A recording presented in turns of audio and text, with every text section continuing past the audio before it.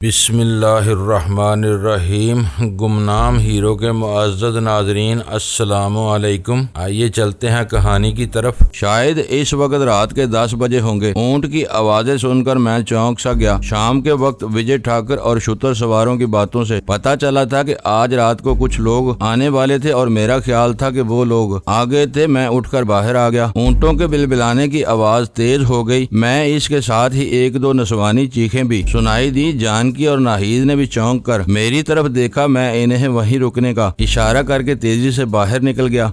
कमरे के सामने बरामदे और इससे आगे वसी आंगन था। इस आंगन में भी 2 नीम के और 3-4 नारियल के दरख्त थे। यहाँ भी शायद ऊंट या गधे बंधे हुए होंगे, क्योंकि सूखे हुए फुजले की बू फिजा में फैली हुई थी। मैं तेज तेज कदम उठाता हुआ बैरूनी दरवाजे के करीब आ गया। ये दरवाजा मुहज बिड़ा हुआ था। मैंने एक पट खोला और बाहर निकल गया। बाहर गहरी तारीकी थी, मगर दरख्तों के नीचे कुछ सरगर्मी दिखाई दे रही थी। इसी वक्त ऊंट की बिलबिलाहट और एक औरत की चीख बेबियाक वक्त सुनाई दी। मैं दरवाजे से निकलकर 2-3 कदम आगे बढ़ा ही था कि किसी तरफ से अचानक ही एक साया नमूदार हुआ और मेरे सामने आकर रास्ता रोक लिया। इसके हाथ में राइफल थी। नहीं मूर्ख, तुम आगे नहीं जाओगे, वापस जाओ। तारीकी में इस शख्स की गुर्राहट सुनाई दी। वो औरत कौन है जो चीख रही है? मैंने कहा, तुम्हें इससे कोई गर्ज नहीं होनी चाहिए कि वो स्त्री कौन है। तुम अंदर जाओ। वो शख्स फिर गुर्राया और राइफल की नाल मेरे सीने पर रख कर मुझे पीछे धकेलने लगा। मैंने इसे उलझना मुनासिब नहीं समझा और खामोशी से वापस आ गया। दरवाजे में दाखिल हुआ तो इस शख्स ने धड़ से दरवाजा बंद करके बाहर से कुंडा चढ़ा दिया। मैं कमरे की तरफ जाने की बजाय वहीं रुक गया। ये 2 पट का दरवाजा था। जंजीर चढ़ाए जाने के बावजूद इसमें तकरीबन आधे इंच की झुर्री रह गई थी। मैं इस झुर्री से आंख लगाकर बाहर देखने लगा। इस तरफ किसी तरफ से एक आदमी लालटेन लेकर दरख्तों के नीचे पहुंच गया। लालटेन की यरकान ज़दा रोशनी, जर्द रोशनी में 7-8 साए हरकत करते हुए दिखाई दिए। इनमें 3 औरतें थीं। इनका अंदाज मैंने इनके लिबास से लगाया था। 2 ने साड़ियां पहन रखी थीं और एक के जिस्म पर शलवार कमीज थी। इनके साथ 4 आदमी थे और इन सब के पास राइफलें थीं। इनमें से एक ने गुराते हुए कहा, इन औरतों को आगे बढ़ने का हुक्म दिया, मगर वो अपनी जगह पर खड़ी रहीं। इस शख्स ने एक औरत को बाजू से पकड़कर आगे धकेला तो वो खौफजदा अंदाज में चीख उठी, नहीं नहीं, भगवान के लिए मुझे कुछ मत कहो, छोड़ दो मुझे। तुम्हें छोड़ भी दें तो इस वीराने में कहाँ जाओगे? इस शख्स ने जवाब दिया, रात को तो यहाँ भेड़िए आ जाते हैं, चीर फाड़ के रख देंगे तुम्हें। अंदर चलो, हम कम से कम तुम्हें चीर फाड़ कर खाएंगे तो नहीं। मेरे दिमाग में सनसनाहट सी होने लगी। अब मुझे कोई खुशफहमी नहीं रही थी। ये लोग इन औरतों को कहीं से अगवा करके लाए थे। अब मुझे जानकी और नाहिद की खैरियत भी खतरे में नजर आ रही थी। वो लोग इन औरतों को लेकर किसी और मकान में चले गए। कुछ देर तक औरतों की आहोजारी की आवाजें सुनाई देती रहीं और फिर खामोशी छा गई। बाहर भी सिर्फ एक आदमी का चलता फिरता हेवला दिखाई दे रहा था। वो शायद ऊंटों को चारा वगैरह डाल रहा था। कभी कभी किसी ऊंट के बिलबिलाने की आवाज भी सुनाई दे जाती और फिर वो इंसानी हेवला भी गायब हो गया। मैं भी दरवाजे के हटकर कमरे में आ गया। क्या हुआ? ये कौन सी औरत चीख रही थी? जानकी ने पूछा। यहाँ आते ही मेरे जहन में जो खदशात सार उबारने लगे थे वो हकीकत का रूप धार रहे हैं। मैंने अपनी जगह पर बैठते हुए जवाब दिया। क्या मतलब? कैसे खदशात? इस मर्तबा नाहिद ने सवाल किया। हम धोखा खा गए। मैंने कहा, ये अच्छे लोग नहीं हैं और मेरा ख्याल है कि इनका ताल्लुक भी डाकुओं के किसी गिरोह से है, लेकिन हमारे पास अब क्या है जो ये लूटना चाहेंगे? नाहिद बोली, जो कुछ था वो तो पहले ही इन डाकुओं ने लूट लिया और फिर वो जहाज भी तबाह हो गया जिसमें हमारा सामान था। तुम भूल रही हो कि इज्जत ही औरत की सबसे बड़ी दौलत होती है। अगर औरत हसीन हो तो इसकी कीमत कई गुना बढ़ जाती है। मैंने जवाब दिया, मेरा ख्याल है कि ये लोग 3 औरतों को कहीं से अगवा करके लाए हैं। चीखने की आवाज इन्हीं औरतों की थी। लालटेन की जर्द रोशनी में नाहिद का चेहरा कुछ और जर्द हो गया। जानकी के चेहरे पर भी पिलाहट दौड़ गई। इसने जल्दी से उठकर दरवाजा बंद करके अंदर से कुंडा लगा दिया। मेरे होंठों से खफीफ सी मुस्कुराहट आ गई। इसकी ये एहतियात फजूल थी। सलाखों वाले दरवाजे को अंदर से कुंडा लगाने का कोई फायदा नहीं था। बाहर से हाथ डालकर कुंडा खोला जा सकता था। दरवाजा बंद करके हम महफूज नहीं रह सकते थे। दरवाजा बंद करके जानकी मटके के करीब रुक गई। पहले 2 पानी पिया, फिर 1 गिलास भर के नाहिद के करीब आ गई। नाहिद ने भी एक ही सांस में गिलास खाली कर दिया। नाहिद मेरे साथ जुड़कर बैठ गई थी। वो कुछ ज्यादा ही खौफजदा हो रही थी। हम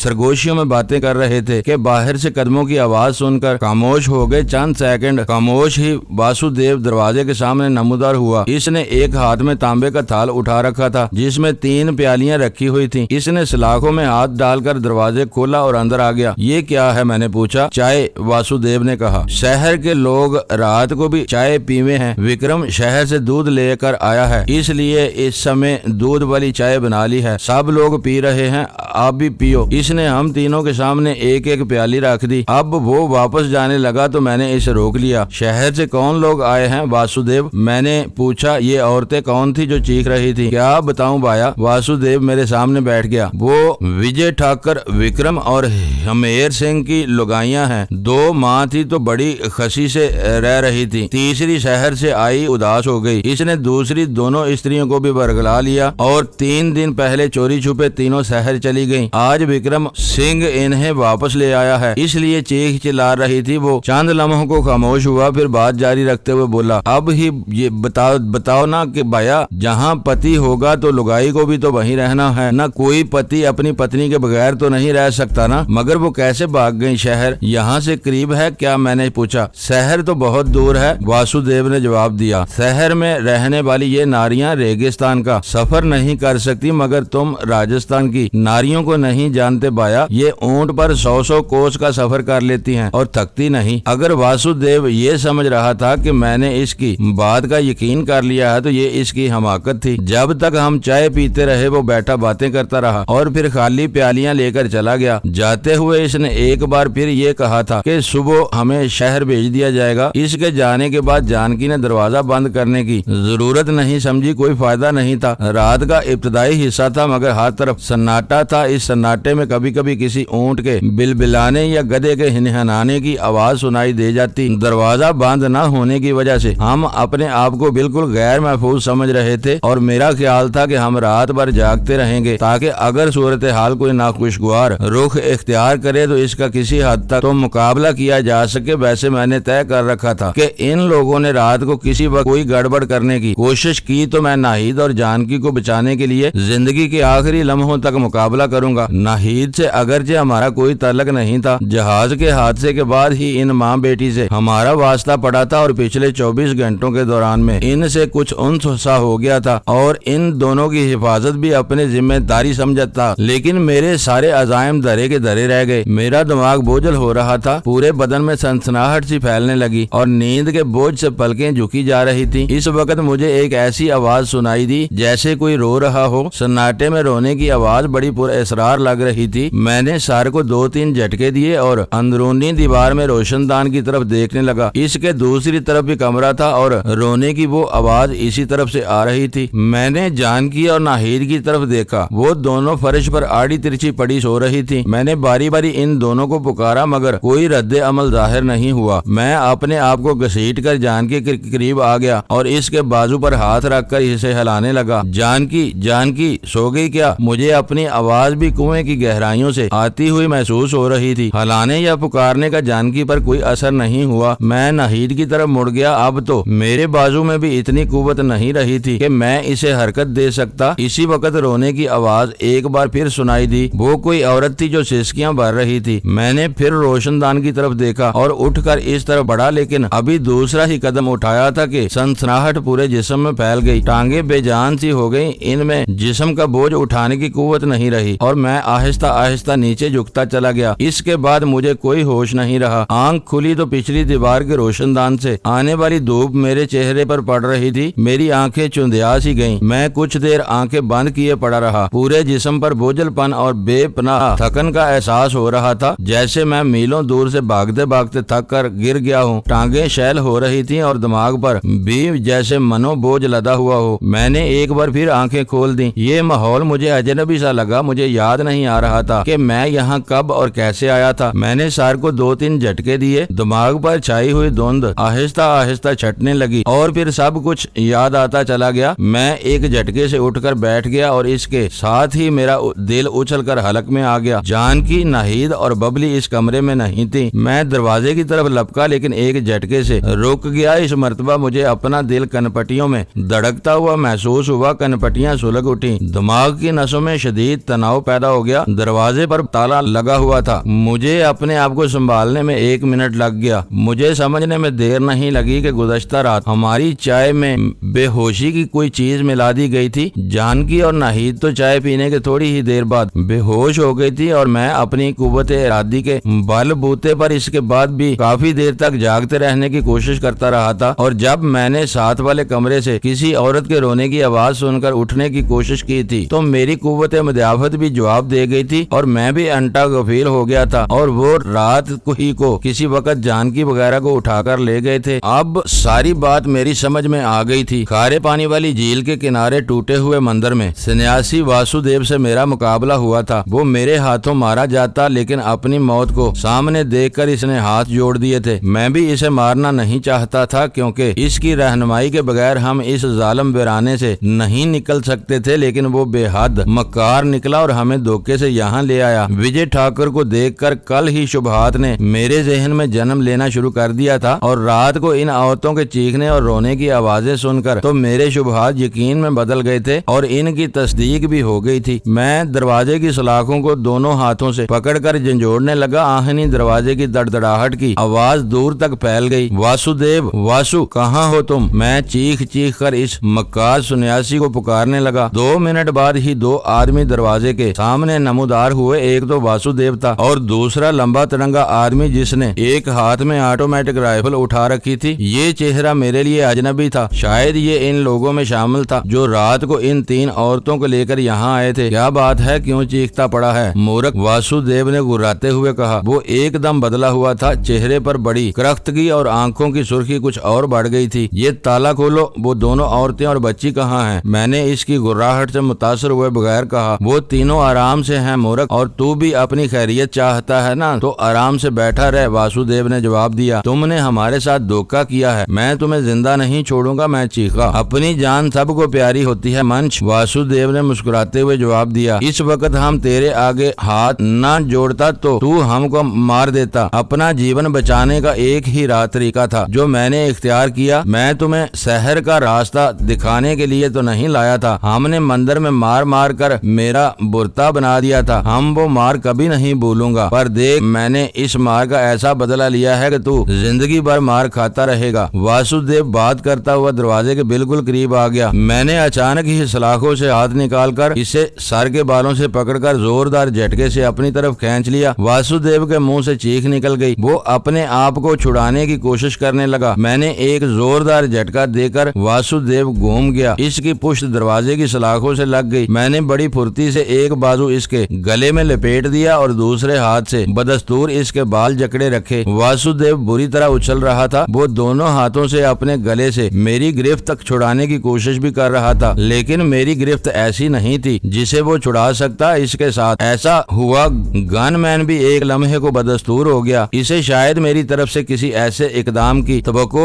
ही नहीं थी। वो चंद सेकंड तो मबहूत सा खड़ा ये सब कुछ देखता रहा। फिर कमर से राइफल एक तरफ फेंक कर इसने भी दोनों हाथ मेरे बाजू पर जमा दिए, मगर वो नहीं जानता था कि मेरी ये गिरफ्त कमजोर घुटने के बाद ही छूट सकती थी। वासुदेव बुरी तरह पैर पटक रहा था। वो चीखना चाहता था मगर इसकी आवाज घुटकर रह गई थी। हलक से कुत्ते जैसी खरखराहट और गरगराहट की आवाजें निकल रही थी। गनमैन ने मेरे बाजू से अपने हाथ हटा लिए। वो बुरी तरह हाँप रहा था। इसने लपक कर राइफल उठा ली और इसके बट से मेरे पेट पर वार करने लगा, लेकिन वासुदेव के गले पर मेरी गिरफ्त ढीली नहीं हुई। मुझ पर जुनून सा तारी हो रहा था। इसकी गर्दन पर मेरे बाजू का शिकंजा गुजरने वाले हर लम्हे के साथ मजीद टाइट हो रहा था। गनमैन पीछे हट गया। इसने राइफल सीधी कर ली। इसकी नाल मेरे पहलू से लगाकर उंगली ट्रैगर पर रख दी। मैं समझ गया कि अब क्या होने वाला है, लेकिन मेरा जुनून कम नहीं हुआ और फिर इसने फायर करने की बजाय राइफल पीछे हटा ली और चीखता हुआ बाहर की तरफ दौड़ गया। सिर्फ 2 मिनट बाद 3-4 आदमी दौड़ते हुए आंगन वाले दरवाजे से अंदर दाखिल हुए और फिर वो भी चीखते चिल्लाते हुए आगे लपके। इस दौरान में वासुदेव की मुजाहमत खत्म हो चुकी थी। इसके दोनों बाजू पहलुओं में लटक गए थे। वो लोग चीखते चिल्लाते हुए जैसे ही करीब पहुंचे, मैंने वासुदेव को एक झटके से छोड़ दिया। वो मट्टी की बोरी की तरह बद से नीचे गिरा। मैंने सिर्फ एक लम्हे को इसका चेहरा देखा था। इसकी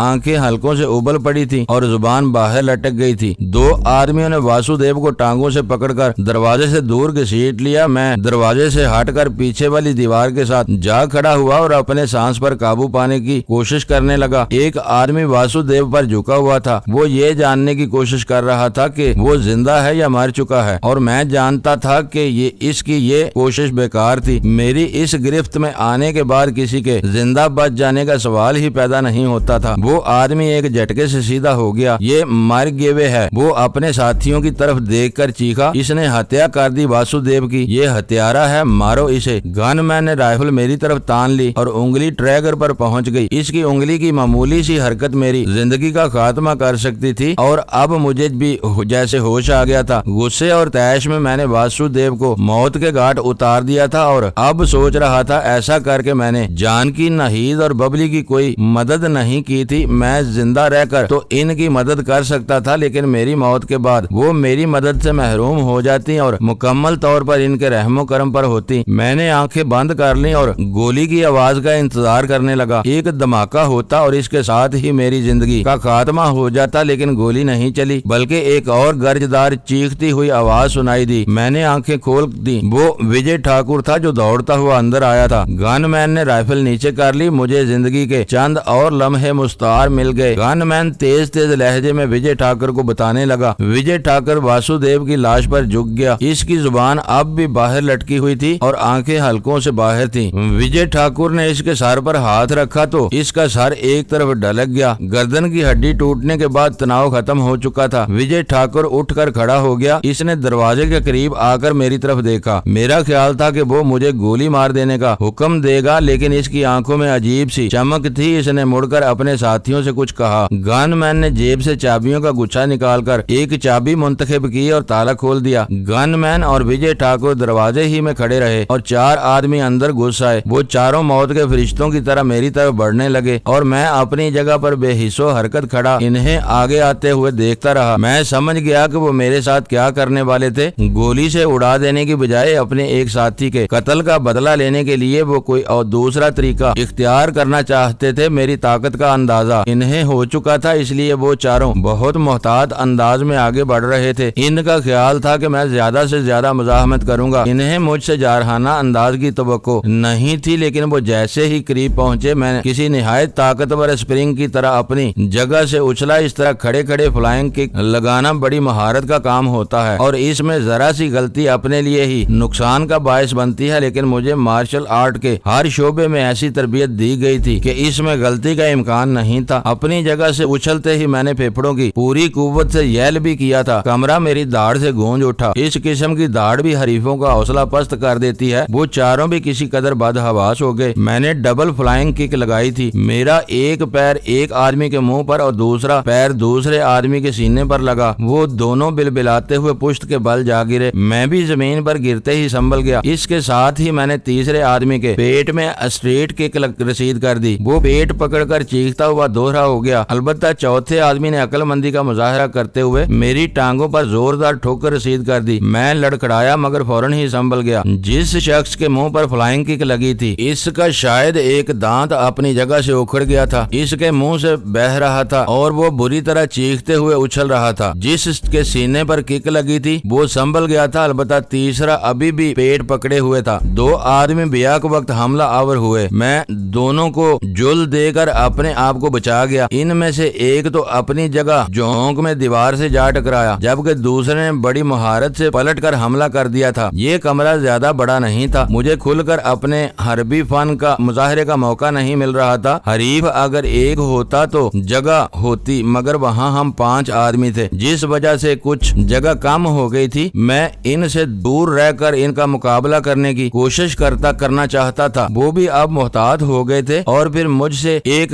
गलती हो गई जिसका उन्होंने भरपूर फायदा उठाया। 2 आदमी मुझसे लिपट गए। वो मुझे गिराने की कोशिश कर रहे थे। मैंने एक की पसलियों में कोहनी से जरब लगाई। इसकी गर्दन ढीली पड़ गई। मैं दूसरे की गर्दन पर बाजू लपेटने की कोशिश कर रहा था कि मेरे सर पर क़यामत टूट पड़ी। चौथे आदमी ने पानी से भरा हुआ मटका उठाकर मेरे सर पर दे मारा था। घड़ा मेरे सर पर टूटा और मैं सर से पैर तक पानी में शराबूर हो गया। इसके साथ ही इस शख्स की कमर मेरी गिरफ्त में ढीली पड़ गई थी। इस शख्स ने एक जोरदार झटके से अपने आप को छुड़ा लिया और फिर वो चारों मुझ पर पल पड़े। पहले तो मैं अपने आप को संभालने की कोशिश करता रहा, कामयाब नहीं हो सका। एक आदमी ने मेरे घुटने के ऊपर पूरी ताकत से ठोकर मारी। मैं लड़खड़ा कर गिरा और फिर मुझे दोबारा मौका नहीं मिल सका। मेरे जिस्म पर लातों और घूंसों की बारिश हो रही थी। मैं अपने आप को बचाने की कोशिश करता रहा और फिर एक तरफ मुझे खड़े होने का मौका मिल गया। एक आदमी को तो मैंने 4 हाथ जड़ ही दिए थे, लेकिन दूसरा जोंक की तरह मुझसे लिपट गया और मुझे धकेलता हुआ दीवार तक ले गया, जबकि इसने मुझ पर घूंसेबाजी की प्रैक्टिस जारी रखी। मैं अगरचे भरपूर मजाहमत कर रहा था, लेकिन मुझे जो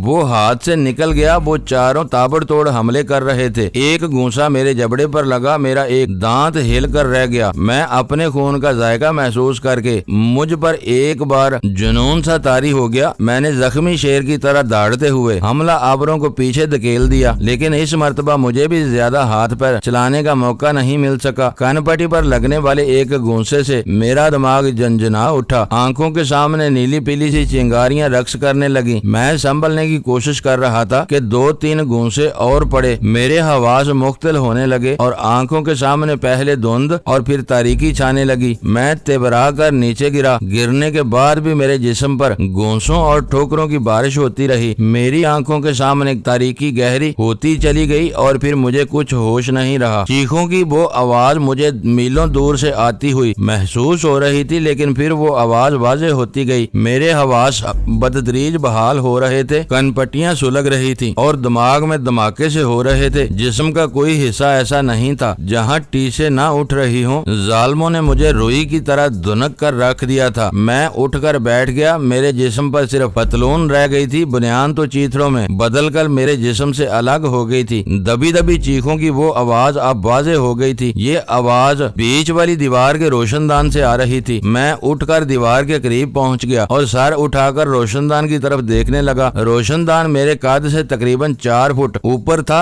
मैंने उचक कर सुलाखें पकड़ ली और अपने जिस्म को आहिस्ता आहिस्ता ऊपर खींचने लगा। मैं बड़ी मुश्किल से अपने चेहरे को सलाखों के बराबर ला सका था और फिर दूसरी तरफ का मंजर देखकर मेरा खून खौल उठा। वो 2 आदमी थे जो एक नाजुक और दान पान सी औरत को दबोचे हुए थे। ये इन 3 औरतों में से एक थी जिन्हें गुज़श्ता रात यहाँ लाया गया था। इसके कपड़े कमरे में इधर उधर बिखरे हुए थे और वो दोनों वहशी बेड़ियों की तरह इसे नोच रहे थे। वो औरत अपने आप को छुड़ाने की कोशिश करते हुए चीख रही थी। मैं ज्यादा देर तक ये मंजर नहीं देख सका। सुलाखें मेरे हाथों से छूट गईं और मैं नीचे गिर गया। मेरे दिमाग में आंधियां सी चल रही थी। मैं दीवार से टेक लगाए बैठा नाहिद और जानकी के बारे में सोचने लगा। वो दोनों कहाँ हैं? इनका क्या हशर हुआ होगा? मुझे इस तरह बैठे हुए शायद आधा घंटा गुजर गया था। कदमों की आहट सुनकर मैंने सामने देखा। 2 आदमी दरवाजे के सामने नमूदार हुए। एक के हाथ में राइफल थी और दूसरे के हाथ में पीतल का थाल जिसमें खाना रखा हुआ था और पानी का गिलास भी। मैं उठकर दरवाजे के करीब आ गया। पीछे हटो, पीछे पीछे हटो, इस दीवार के साथ लग कर खड़े हो जाओ, गनमैन ने राइफल तान कर गुर्राते हुए कहा। मैं दिल ही दिल में मुस्कुरा दिया। वासुदेव वाले तजर्बे के बाद वो लोग कोई नया खतरा मोल नहीं लेना चाहते थे। मैं पीछे हटता हुआ दीवार के साथ लग गया। दूसरे आदमी ने दरवाजे के करीब आकर पहले गिलास सलाखों के अंदर रखा, फिर थाल भी दरवाजे के नीचे से अंदर सरका दिया। इसी दौरान में इसकी नजरें मुसलसल मेरी तरफ उठी रही थी। इसे शायद अंदेशा था कि मैं इस पर झपट ना पड़ूं। जानकी और नाहिद कहाँ हैं? मैंने अपनी जगह से हरकत किए बगैर गनमैन की तरफ देखते हुए कहा। तुम लोग अच्छा नहीं कर रहे, पछताओगे। शुक्र करो विजय ठाकर की वजह से तुम्हारी जान बच गई। गनमैन ने घूरते हुए जवाब दिया। वैसे तुम हो बड़े जानदार आदमी, फौलाद भरा हुआ है तुम्हारी बाहों में। तुमने जिस तरह वासुदेव की गर्दन मरोड़ी है वो सब के लिए हैरत की बात है। वो सांड तो 4 आदमियों के काबू में भी नहीं आता था। वो था ही इस काबिल। मैंने कहा, इसने हमारे साथ धोखा किया था। इसे तो इससे भी भयानक मौत मिलनी चाहिए थी। वैसे तुमने मेरी बात का जवाब नहीं दिया। वो दोनों औरतें कहाँ हैं? तुम्हारी दोनों औरतें अभी तक खैरियत से हैं, इन्हें किसी ने नहीं छुआ। गनमैन ने जवाब दिया। शुक्र करो वासुदेव हम में से नहीं था। अगर वो हमारा साथी होता तो तुम्हारे शरीर के टुकड़े टुकड़े कर दिए जाते, लेकिन तुम्हारी वजह से हमारा प्रोग्राम गार्त हो गया है। कैसा प्रोग्राम? मैंने उलझी हुई निगाहों से इसकी तरफ देखा। कल सुबह मंडी लगने वाली है। हमें आज वहाँ जाना था चाहिए था, मगर तुम्हारे हाथों वासुदेव की हत्या की वजह से हमें आज का दिन यहाँ रुकना पड़ा। अब तुम ये भोजन कर लो और एक बात का ख्याल रखना, अब अगर तुमने कोई ऐसी हरकत की तो तुम जिंदा नहीं बचोगे। तुम लोग भी एक बात याद रखना। मैंने कहा, अगर मेरे साथियों में से किसी को कुछ हुआ तो मैं तुम लोगों को जिंदा नहीं छोड़ूंगा, एक एक की गर्दन मरोड़ दूंगा। गनमैन मुझे घूर कर रह गया और फिर वो दोनों वहाँ से चले गए। गए। इनके जाने के बाद भी मैं काफी देर तक अपनी जगह पर खड़ा रहा। साथ वाले कमरे से अब औरत की सिसकियों और आहों की आवाज सुनाई दे रही थी। मैंने उचक कर रोशनदान की सलाखों को पकड़ लिया और दूसरी तरफ देखने लगा। इस तरफ का मंजर देखकर मैं दहल गया। कमरे में इस औरत के सिवा और कोई नहीं था। वो बेलबाज थी और दीवार के साथ एक लगाए घुटनों में सर दिए सिसकियां भर रही थी। इसने दोनों बाजू घुटनों पर लपेट रखे थे। दूसरी तरफ एक खिड़की से आने वाली धूप बराह रास्त इस पर पड़ रही थी। इसके बाएं बाजू पर कंधे से जरा नीचे खून का धब्बा भी साफ नजर आ रहा था। इसकी हल्की हल्की सिसकियां कमरे की फिजा में बड़ा अफसोसनाक तासर पैदा कर रही थी। ए, क्या तुम मेरी आवाज सुन रही हो? मैंने हौले से इसे पुकारा। इसने चौंक कर घुटनों पर झुका हुआ सर उठाया और वहशियाना नजरों से इधर उधर देखने लगी। इधर तुम्हारे सामने वाली दीवार के रोशनदान में, मैंने इसे तवज्जो दिलाने के लिए कहा। मेरी आवाज सरगोशी से ज्यादा नहीं थी। इसने मेरी तरफ देखा। इसकी आंखों में वहशत कुछ और बढ़ गई थी। दूसरे ही लम्हे इसने लपक कर चंद फुट दूर फर्श पर पड़ी हुई साड़ी उठाकर अपने ऊपर डाल ली और मेरी तरफ देखने लगी। इसके साथ जो कुछ हुआ था वो मैं अपनी आंखों से देख चुका था। कौन हो तुम? इसके लहजे में खौफ नुमाया था। कैदी, मैंने जवाब दिया। यहाँ तुम्हारे अलावा दूसरी औरतें भी हैं। वो कहाँ हैं? पता नहीं, मगर तुम कौन हो? इसने पूछा। मैं भी इन वहशियों की कैद में हूँ। मेरे साथ भी औरतें थीं। इन लोगों ने हमें धोखे से अपना कैदी बना लिया और इन औरतों को मुझसे अलग कर दिया। इनके साथ मेरे हाथ सलाखों पर फिसल रहे थे। मैं जुमला अधूरा छोड़कर गिरफ्त जमाने की कोशिश करने लगा, मगर हथेलियों में पसीने की वजह से अपनी गिरफ्त कायम न रख सका और दब से नीचे गिरा। मैंने मुतजस्सिस निगाहों से इधर उधर देखा और एक कोने में खड़ूंची और इसके करीब लकड़ी का मेज देखकर मेरी आंखें चमक उठी। स्टूल तकरीबन 2 फुट का था, जिसे मैंने उठाकर दीवार के करीब रख दिया और इस पर चढ़कर ऊपर गड़ोंची रख दी। मैं गड़ोंची पर खड़ा हो गया। दोनों चीजें खासी कमजोर थीं। इनकी चूलें हिल रही थी। मैंने गड़ोंची पर खड़ा होकर रोशनदान की सलाखों को हाथ से थाम लिया और अपना ज्यादा वजन हाथों पर ही रखा। अब मेरा चेहरा रोशनदान के सामने था और मैं किसी दुश्वारी के बगैर दूसरे कमरे में देख सकता था। वो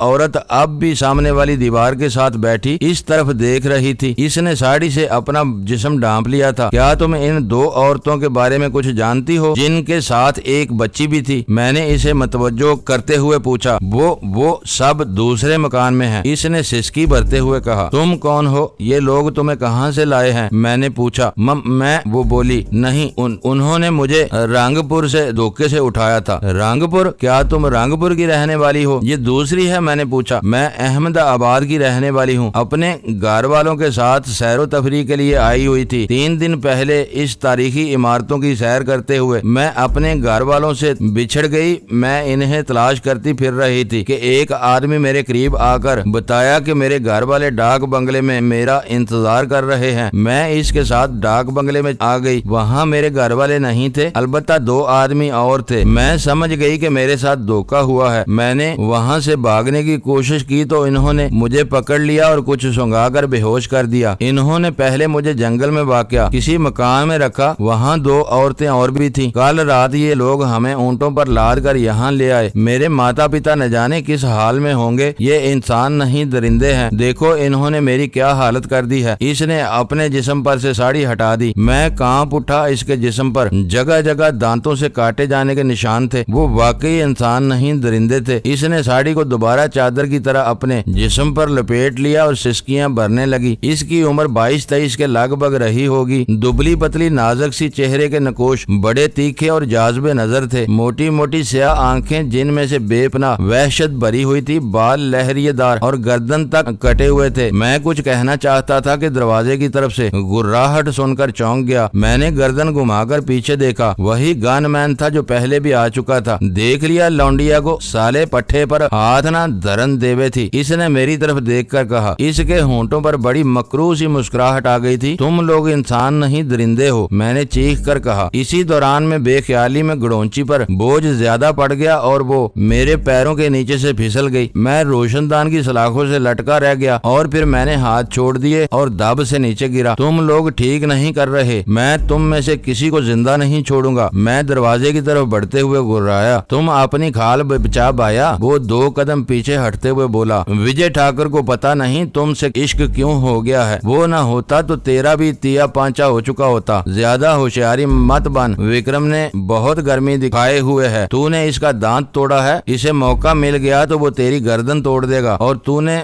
भोजन नहीं किया, पसंद नहीं आया क्या? मैं तुम्हारा खून पीऊंगा, मैंने जवाब दिया। वाह भाई वाह, वो मुस्कुरा दिया। इतनी मार खाने के बाद भी अकड़ नहीं गई तेरी? कोई बात नहीं, सब कुछ भूल जाएगा। मैं कुछ कहना चाहता था कि रोशनदान की तरफ से इस औरत के चीखने की आवाजें सुनाई देने लगी। नहीं नहीं, छोड़ दो मुझे, भगवान के लिए मुझे छोड़ दो। वो चीख चीख कर फरियाद कर रही थी। मैं पिछली दीवार की तरफ लपका और उचक कर रोशनदान के सलाखों से लटक गया। दो आदमी इस औरत को घसीटते हुए ले जा रहे थे, चादर की तरह लिपटी हुई। साड़ी एक बार फिर इसके बदन से जुदा हो गई थी। वो दोनों वहशी इसे घसीटते हुए कमरे से बाहर ले गए। मैं नीचे उतर आया। गनमैन भी जा चुका था और दरवाजे के अंदर की तरफ रखा हुआ खाना का थाल भी गायब था। इसने मौका पाकर थाल भी बाहर खींच लिया था। अलबत्ता पानी से भरा हुआ गिलास वहीं रखा हुआ था। मैं दीवार से टेक लगाए खड़ा गहरे गहरे सांस लेता रहा। इस औरत की चीखें देर तक मेरे कानों में गूंजती रही। मेरे होंठ खुश्क हो रहे थे, हलक में कांटे से चुभने लगे। मैंने आगे बढ़कर दरवाजे के करीब रखा हुआ गिलास उठा लिया और एक ही सांस में पानी हलक में उंडेल लिया और वहीं बैठकर अपनी कैफियत पर काबू पाने की कोशिश करने लगा। वो दिन गुजर गया। मैं दरवाजे के करीब ही दीवार से टेक लगाए बैठा रहा। इस दौरान में ना तो किसी औरत के चीखने की आवाज सुनाई दी और ना ही डाकुओं का कोई आदमी मेरी तरफ आया। सूरत हाल अजीब सी पेचीदगी इख्तियार कर गई थी। ना जहाज को हादसा पेश आता और ना हम इस मुसीबत में गिरफ्तार होते। और मेरा ख्याल है मैं इससे निजात हासिल करना कुछ आसान न था। शाम का अंधेरा फैल गया। कमरे में मच्छर बिनबिनाने लगे। लालटेन तो मौजूद थी, लेकिन मेरे पास माचिस नहीं थी कि लालटेन जलाकर रोशन कर लेता। अंधेरा गहरा होता जा रहा था। इसके साथ ही मच्छरों की यलगार बढ़ती गई। ये मच्छर तो कमबख्त इन कजाकों से भी ज्यादा खतरनाक और खूंखार थे जो मेरा खून चूस रहे थे। कदमों की आहट सुनकर मैं चौंक गया और फिर बाएं तरफ से मध्यम सी रोशनी दिखाई देने लगी जो बतदरीज वाज़ेह होती चली गई। वो वही दोनों आदमी थे जो दिन में भी आ चुके थे।